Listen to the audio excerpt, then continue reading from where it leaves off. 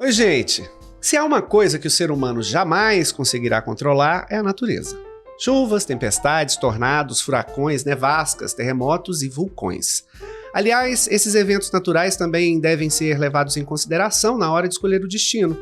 É claro que muitos desses acontecimentos não são anunciados, mas conhecer onde e quando eles acontecem podem ajudar a planejar sua viagem para que não haja dissabores. Quem viaja sabe que de junho a novembro é a temporada de furacões no Caribe.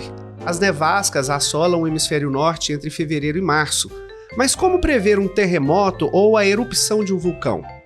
Como sair de um lugar cujo caos está instalado por causa de um evento natural? O que fazer? A experiência pode te ajudar.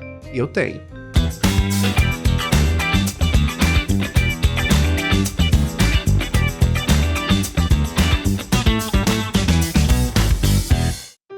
Sejam muito bem-vindos ao Mapa de Viagem. Neste episódio você vai conhecer uma história que abalou o mundo em 2010, quando nuvens de cinzas resultantes da erupção do vulcão Eyjafjallajökull na sul da Islândia se espalharam por grande parte da Europa, impedindo pousos e decolagens de cerca de mais de 100 mil voos. Foram dias tensos. Eu estava em Milão, na Itália, para o Salão do Móvel de Milão com uma turma. No dia de voltar para casa, a cidade parou, o aeroporto fechou. A cidade, que estava lotada de visitantes, entrou em colapso. Não havia hospedagem, transporte, nem dinheiro nos caixas eletrônicos. Quem conseguiu sair de trem ou de carro alugado teve sorte. Os outros tiveram que se virar. Quer saber como? Então ajuste aí seu GPS, pegue uma taça de vinho e venha comigo que agora merece. Eu sou Rimeiro Amaral e nosso mapa de viagem está começando. O Mapa de Viagem recebe hoje a arquiteta Simone Lourenço. Ela estava comigo nessa saga e fizemos o retorno juntos. Na verdade, uma viagem cheia de medos que demorou muito mais do que o esperado. Simone, obrigado pela presença aqui. É sempre um prazer falar com você. Falar de coisas que já passaram, né? Que agora acabam virando histórias. Pelo menos isso a gente pode contar agora e ajudar alguém. Obrigado por isso. Eu que agradeço pelo convite. É um prazer estar aqui. Simone, nós passamos por isso. Vamos começar primeiro orientando quem está assistindo a gente. Salão do Móvel de Milão é um evento grande, né? A cidade recebe muita gente. É o maior evento de Milão. Ele supera o Salão de Moda. De Paris e de Milão também? É, de Milão. Ele supera o de Milão. De Paris eu não sei. A gente fomos uma turma, eu acho que umas 30 pessoas aqui de Goiânia, né? Sim. Uma turma muito boa entre arquitetos, jornalistas e outras pessoas curiosas que estavam presentes, empresários, para passar uma temporada entre Portugal e Itália. E lá chegamos em Milão. Bom, Salão do Móvel, sempre um prazer. Milão é uma cidade muito bonita, né? Milão é uma cidade bonita, muito acolhedora.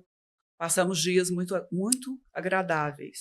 Agora, passados dias agradáveis, a gente começa a ter os perrengues. Quando o vulcão começou a expelir a fumaça, os aviões não podiam decolar mais de grande parte da Europa e Milão estava dentre essas cidades. Acontece que se o avião decolasse com a fumaça, criava-se um que chamava de sílica, se eu não me engano, e isso não deixava com que a turbina do avião gerasse. Então, não tinha como sair da cidade a não ser de trem, carro alugado, ônibus e o que quer que seja. Simone, o que você sentiu na hora que a gente saiu do aeroporto, que foi saímos do hotel para ir para o aeroporto a primeira vez que o aeroporto estava fechado? Parecia que eu estava num filme, não conseguia acreditar. Primeiro, aquele choque, né? Quando a gente viu o desespero das pessoas para alugar um carro, não tinha carro para alugar, van, não conseguia achar van para alugar. Bateu o desespero. E tem uma coisa que acontece, que eu até falei aqui, que foi a história do último dia de viagem. Quando a gente está viajando fora com dinheiro que não é nosso, o que a gente tenta fazer é gastar tudo, né? Tudo, inclusive o cartão, né? A gente quer viver como se fosse o último dia.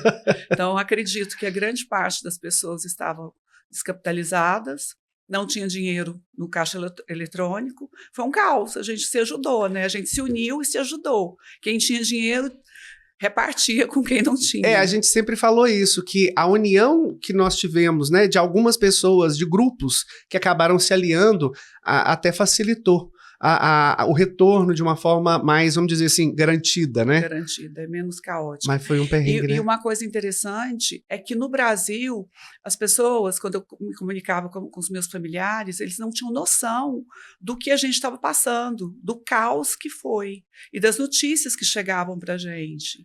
É muito diferente você assistir uma reportagem e estar dentro do fato. Do fato. É outra visão. Eu me lembro que foi eu acho que uma das cenas mais marcantes para mim foi quando a gente saiu daquele hotelzinho que a gente estava, uma pensão praticamente, porque a gente já tinha saído do hotel e já estava indo para o aeroporto. E aí falou, não tem. Ou seja, não tínhamos mais reserva de hotel, não tinha mais onde ficar. E procuramos uma cidadezinha ao redor do aeroporto, que fica bem distante até da cidade de Milão, e foi o que nos acolheu. A gente dormia 4, 5 pessoas no mesmo quarto, como indigentes praticamente.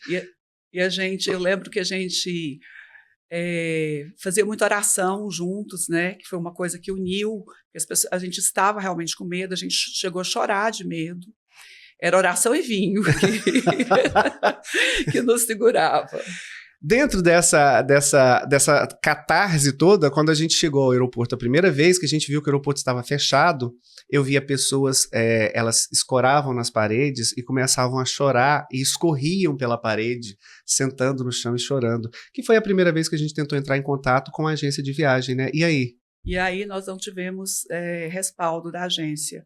A agência simplesmente falou que não poderia fazer nada.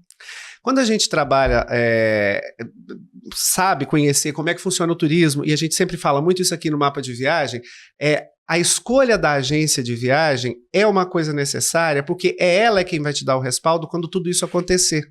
E nós não tivemos isso, até porque a gente nem conhecia a agência, né? Na época, nos foi imposta uma agência porque alguém fez um grupo e falou, é aquela agência que vai levar tudo. Outra coisa que a gente tem que ter é a importância de conhecimento básico do local, coisa que muita gente ali também não tinha, né? Não. A gente estava perdido numa cidade, o aeroporto de Milão era afastado da cidade. Bem distante. E saber como aquilo tudo aconteceria. Chegou a um ponto de você achar, eu não volto para casa mais? Não, eu tinha fé, muita fé.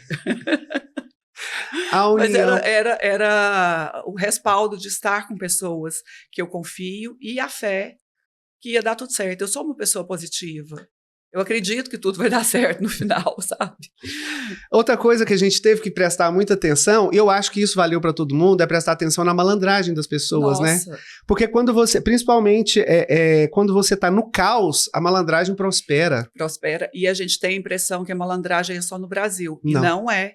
Não é. Nós fomos explorados, tudo inflacionou, porque era um caos, os hotéis ficaram mais caros, o transporte mais caro.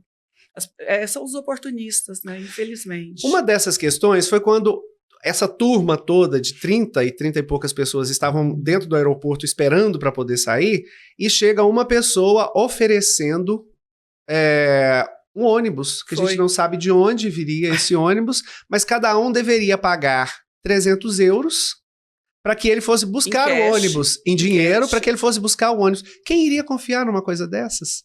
Mas teve quem confiou, né?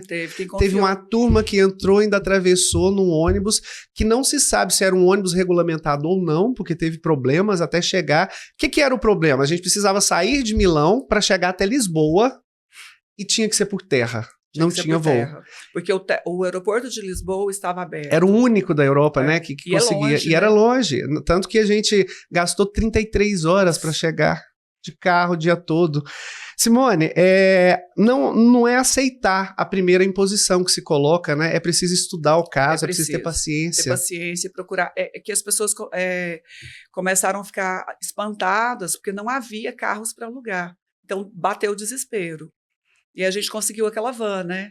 Aqueles motoristas estranhos. Se não tinha avião, porque avião não podia decolar, os trens já estavam todos cheios, porque já tinha acontecido a feira. Então, todos os visitantes da cidade estavam saindo de Milão, saindo da Itália, os trens já estavam todos lotados.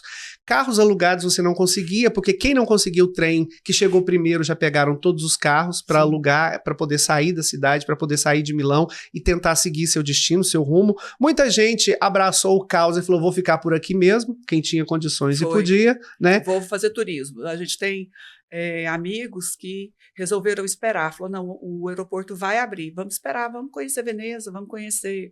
Teve gente que foi para a Suíça, passou mais uns dias na Suíça, conseguiu isso tudo. Enfim, quando você consegue sair daquilo, e aí sim a gente puxa agora para começar uma saga que foi só nossa, né? Eu, Simone, mais 2 amigas, acabamos alugando um carro, uma van, que a gente não conhecia, de pessoas particulares, e não foi de nenhuma empresa, que acabou nos cobrando 6 mil euros. Eu não me lembrava o valor. Eu me lembrava 6 mil euros, caríssimo. foram 1.500 euros para cada um de nós, para poder atravessar, sair de Milão, descer pela Itália, atravessar toda a Espanha, passar pela França, atravessar a Espanha e conseguir chegar a Lisboa a tempo. Foram quase 2 dias de viagem, da hora que a gente chegou no aeroporto até chegar em Lisboa. Um trajeto de muita tensão. Muita tensão. Os motoristas eram estranhos, né? Pessoas que a gente não conhecia, mal encarados. E a sorte nossa que você foi com a gente, porque nós éramos 3 mulheres e você. Se fosse só mulheres, eu acho que a gente teria passado bastante medo. Simone, eu falei sempre naquilo, é preciso se desconfiar de tudo. Você precisa manter a calma, claro, mas você precisa desconfiar e estar atento. Porque numa viagem como essa, com 2 pessoas desconhecidas, você não sabe o que pode acontecer, né? E o que a gente passou a fazer?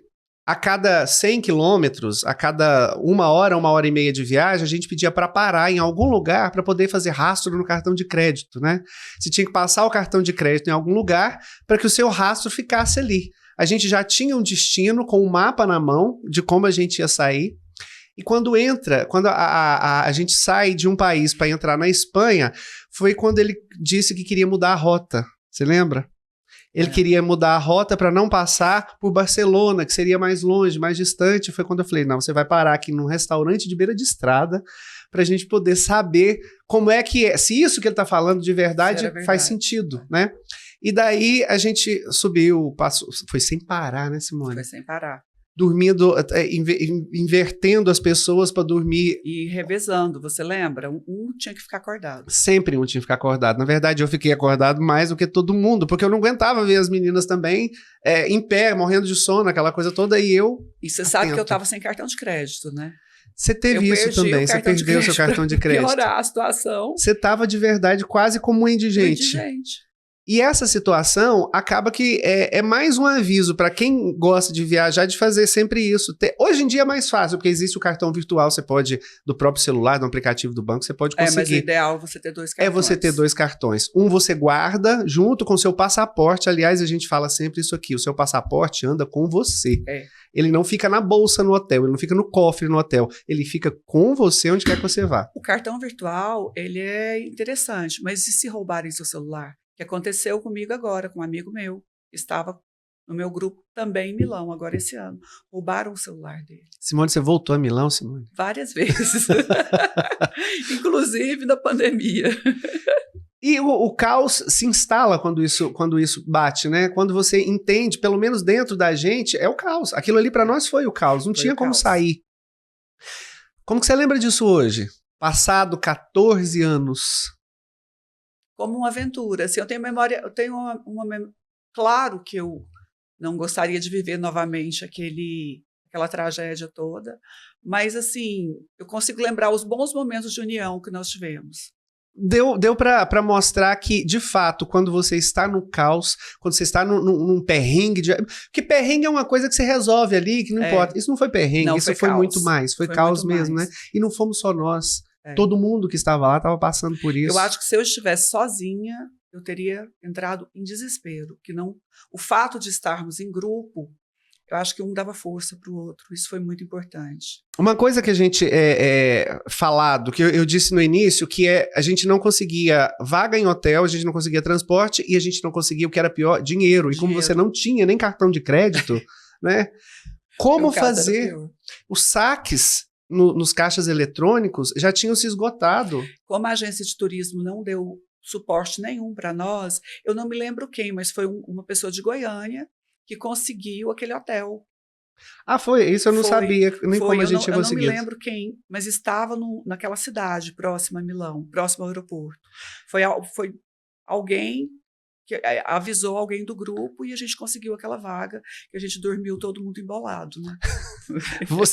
Você não estava com o cartão, mas quando a gente tá numa viagem como essa que acontece tudo isso, não é hora de pensar em economia, né? Não tem como. Não tem como. Você vai gastar o que você tem, você vai colocar o seu cartão de crédito em jogo e quando você chegar, você se vira.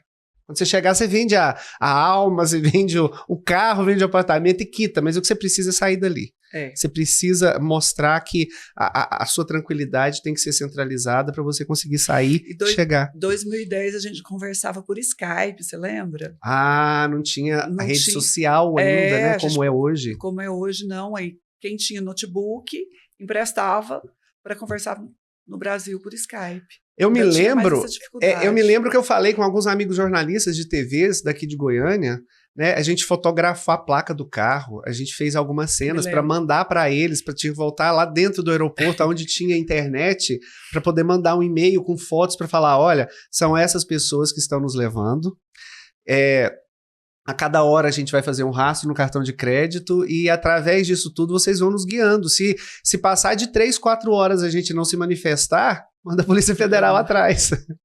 É tenso, né, Simone? É tenso, mas assim, são plano A e plano B que você tem que ter. Para quem viaja muito, você tem que ter um plano B de sair de uma situação difícil, né? Outras vezes você já passou por isso? Não nessa tensão nessa toda proporção, como? Não. Mas já teve casos de você precisar de socorro, de auxílio e de pensar, olha, vamos manter a calma, né? E depois a gente pensa no resto. Já teve casos de... Eu fui sozinha para Istambul, eu me senti mal no voo, comecei a ter... E o que fazer nessa hora? Manter a calma. Primeiro? Manter a calma, respirar. Eu já fiquei perdida uma vez. A primeira vez que eu fui a Milão, acho que nos anos 2000, eu não falava tão bem o inglês, eu me perdi na feira do grupo. Aí eu tive que lembrar como chegar no hotel. Aí eu gastei bastante o inglês e consegui, deu tudo certo. Mas eu tenho essa coisa de manter a calma. Eu desespero depois eu posso ficar doente, depois eu posso ficar de cama, mas na hora eu consigo ter uma linha de raciocínio bem boa, assim. Ter contatos é sempre uma coisa boa também, né? Manter contatos com pessoas que, inclusive, que já conhecem, que já passaram pelo perrengue ou que já estiveram no destino, vale a pena também, né? Vale a pena. Nessa situação que eu fiquei perdida na Feira de Milão, eu falei com um policial, pedi ajuda para os policiais para me orientar como que eu voltaria para o hotel. Deu certo. E assim, no embromation, praticamente. No inglês que eu lembrava de muitos anos atrás, no embromation. E assim, eu me lembro que eu estava com 2 amigos que ficaram desesperados, preocupados comigo. Quando eles chegaram no hotel da feira, eu já tinha tomado banho, estava lá assistindo TV, numa boa. Simone, dica boa para quem vai viajar, independente de achar que tá tudo correto, tá tudo certo. Escolher uma boa agência e ter um seguro de viagem bem feito. Seguro de viagem é fundamental. Fundamental. Graças a Deus, eu nunca precisei de um seguro saúde viajando. Mas já aconteceu de eu voltar de Miami, eu fui para Miami sozinha. Voltei, na outra semana, eu tive uma dor abdominal aguda. E passei por uma cirurgia. Aqui? Aqui. Mas uma semana depois que eu cheguei. E se acontecesse lá, eu estava sozinha. E nos Estados Unidos, vão combinar que o valor não é barato. Qualquer ida ao hospital é mais de $1.000, né? Você tem que lembrar que a sua saúde vale mais, que tudo isso vale, principalmente quando você está fora. Você não pode economizar no seguro-saúde jamais. Jamais. Você viaja muito, né, Simone? Quais são os destinos que você poderia, como a gente sempre fala, viaja para Milão, foi um passeio e tudo, mas tem a parte do trabalho também. Você, como arquiteta, você viajou para conhecer a Feira do Móvel, que é um destino também que, além da parte profissional, tem a parte turística também. Não tem como... A gente sempre dá uma esticadinha, né? E Milão tem essas coisas da história, da gastronomia, da moda, tem tudo isso que pode ser visitado também. Fora isso, que destinos que mais te atraíram? Você estava falando de Istambul também. Fiquei encantada com Istambul. Eu fiz uma viagem no carnaval que estourou a pandemia. Eu fiquei 18 dias em 2020. Europa. Foi 2020, né? Fui para Istambul, depois eu passei o carnaval em Veneza, que é uma coisa, gente, maravilhosa, eu quero voltar. O que tem de tão especial no Carnaval de Veneza? Os bailes, e as pessoas andam fantasiadas na rua, como se estivesse num filme, na corte, né? Vamos falar assim, é muito bonito. E deixa eu te falar, para o Carnaval de Veneza, você chega e participa ou você tem que... existe ingresso? Existe ingresso. Como é que funciona bailes, isso? Né? São bem caros. Você tem concorridos? Concorridos. E tem o Carnaval da praça. Só que no ano que eu fui, foi cancelado da praça. Então, por causa da pandemia. Por causa da pandemia. Estava lotado Veneza e meu pai ligando, vem embora, vem embora, o que você está fazendo aí? Eu estava com meu sobrinho, eu falava, vamos embora. Ele, não, tia, vamos terminar a viagem. Nós terminamos, Deus nos abençoou, que a gente não pegou Covid, a gente não teve problema e fomos muito felizes nos destinos. A gente foi para Milão fechou o dia que eu cheguei lá, foi o último perrengue que eu passei em Milão. Depois a gente foi para a Áustria, e terminamos a viagem em Budapeste. Foi uma viagem diferente das outras que eu já fiz, que eu peguei mais aquela parte que não é tão turismo, né? Budapeste não é uma cidade que é turística, mas não é o roteiro tão comum. Roteiro comum, se a gente comparar, você passou por duas situações. Eu, durante a pandemia, eu estava quieto em casa. Mas você passou por duas situações distintas e que foram situações que mobilizaram o mundo, né? Essa questão do vulcão islandês que soltou fumaça para a Europa inteira, parou a Europa durante um bom tempo e a gente estava nele. Na pandemia, começou a pandemia, você estava no meio dela, dentro de uma viagem também. Tem alguma distinção de um caos para o outro? Como é que você vê isso? Não, eu acho que o medo é o mesmo. Só que a gente observava, aeroporto da Itália fechou, vamos sair da Itália. A Áustria está ok, vamos para a Áustria. Então a gente acompanhou. É claro que a gente não acompanhou tão de perto que eu falo assim, a parte jornalística, como as pessoas que estavam no Brasil, que a gente não assistia televisão. A gente só olhava na internet, não, dá para ir. E deu tudo certo. Mas Simone, a gente se arriscou. Sim, o arriscar às vezes tem que acontecer também, né? Numa situação como essa, porque você não pode esperar as coisas acabarem, porque elas não vão acabar. Eu acho que tem um pouco de intuição, sabia? A intuição que vai dar certo. Pode ter o meu otimismo e um pouco de intuição. Desses dois destinos, tanto Milão quanto dessa vez em Veneza, de uma coisa e de outra, o que você tirou de positivo disso? Se é que há alguma coisa de positivo para tirar. De Veneza eu tirei que eu quero voltar no carnaval de lá, num dia que não estiver fechado. Manter a calma mesmo. Milão é sempre bom, já voltei, igual eu te falei algumas vezes, não fiquei com trauma. Eu acho que você ficou com trauma, né? Eu não fiquei, Eu fiquei. Aliás, depois disso, eu passei em Milão uma vez, indo para a Suíça, e quando a gente passou em Milão, até quem estava com éramos 5 pessoas, a gente estava de turma também. A gente podia descer em Milão para almoçar. Eu falei, na próxima cidade, depois de Milão, ali não, por favor. Ainda pretendo voltar numa outra oportunidade em que a gente entender que Milão está completamente tranquila, que não vai ter vulcão, nem terremoto, nem maremoto, nem nevasca, nem absolutamente nada. Nem pandemia, né? Nem pandemia. Porque a gente vem vendo isso ultimamente, que será que vai ter outra pandemia? Não é será que, é quando, né? Porque todos os cientistas dizem que isso pode acontecer. Espero que não aconteça novamente, mas caso aconteça, vamos lá, Simone, calma e paciência, primeira coisa, porque sem isso você não sai do lugar, né? Já viajar com 2 cartões, com uma boa agência, você ter uma rede de apoio aqui de amigos mesmo que possam te orientar. Eu já fiz uma viagem para a Europa, que eu aluguei, assim, eu reservei só o primeiro hotel. Eu não sabia quanto tempo que eu queria ficar em outras cidades.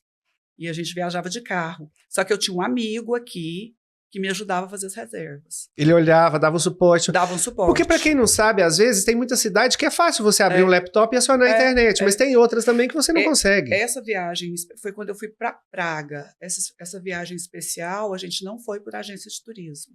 Mas eu tinha um amigo que morou em Paris muitos anos e que tinha todo, né, assim, que me auxiliava. Quando a gente fala, então, a paciência, a calma, primeira coisa, manter os contatos em dia, até para um caso de necessidade ter isso. Uma outra coisa que eu falo muito, eu falo demais, gente, vamos parar com esse negócio de viajar com malas gigantescas, né? Porque no meio de um perrengue, se acontece uma coisa dessa, a última coisa que você precisa é de mais bagagem para carregar. Para a mulher é muito complicado. Eu acho que o homem ele consegue ser mais compacto, mas quando a gente... Para ficar uma semana, ok, mas 2 semanas eu não consigo. Viajar com mala de mão, não. Você vai puxar a mala mesmo dentro do perrengue? Puxar a mala ainda dá trabalho para as pessoas, me ajudar a puxar a mala. E depois disso, ter sempre uma agência que te dê o suporte, que seja uma agência confiável, que seja uma agência que seja regulamentada, principalmente, tudo isso deve ser levado em consideração. O seguro. Seguro. Que aconteça alguma coisa, você vai precisar. Todo mundo acha que, se acontecer eu tenho um cartão, se acontecer, mas o seguro é o que vai fazer. Inclusive, existem países que não aceitam a entrada de turistas se não tiver com o seguro em dia. Até porque qualquer perrengue que acontecer, o governo é que acaba se tornando responsável e você acaba chorando no bolso depois, né? Exatamente. Tudo isso a gente tem que levar em consideração. Simone, espero que a gente possa viajar de novo. Espero que não haja nenhum perrengue como esse. Os normais de viagem. Só os normais. Mesmo. Perder um voo, atrasar uma conexão, uma coisa, isso é corriqueiro. Isso acho que todo mundo que viaja está sujeito a isso. E quando isso acontece, no outro dia acaba já se tornando história para contar. Exatamente. Sempre tendo um vinho bom do lado, um amigo do lado, uma companhia, a paciência de Jó para que a gente possa seguir isso. Verdade. Simone Lourenço é arquiteta, muitíssimo obrigado pela presença. Relembrar tudo isso mexe um pouco com a gente, mas dá a entender também que tudo passa. E dá vontade de viajar mais vezes. E dá vontade de viajar novamente. A gente sempre fala aqui no Mapa de Viagem, perrengue acontece para fazer com que a gente aprenda, tenha experiências. Quem, de tanta gente que viaja no mundo, sabe disso que a gente passou. A gente começa a ter mais traquejo de viagem, né? Sim. A gente começa a ter mais segurança. Isso é importante. E é isso que é importante numa viagem. Não é só você sair, viajar, conhecer tudo. Esses perrengues acabam vamos dizer, te fortificando, te lapidando para poder... Sempre quando qualquer coisa mínima acontecer, você deixa isso passar. Aliás, você está viajando? Vamos relaxar, né? Obrigado, Simone, pelo papo aqui no Mapa de Viagem com a gente. Eu que agradeço. Espero de novo, hein? Sim. Depois que o desespero passa, tudo vira história. Ficam as lembranças e principalmente a experiência de como agir em situações tão adversas quando se está em viagem, num país distante, sem qualquer suporte. Não perder a calma é imperativo. A sanidade é que vai abrir caminhos para a solução dos problemas que vão acontecendo. E não se preocupe com o cartão de crédito nesse momento. O importante é sair de tudo isso são e salvo. A vida vale mais do que qualquer coisa. Até porque ainda existem muitos outros destinos para se conhecer nesse mundão de meu Deus. E com a experiência, iremos sempre cada vez mais longe. Mapa de Viagem termina aqui. Você pode rever este e outros conteúdos nos canais da Ligue TV Digital no YouTube, Facebook, Instagram e TikTok. Um abraço, uma boa viagem e até nosso próximo episódio. Tchau, tchau.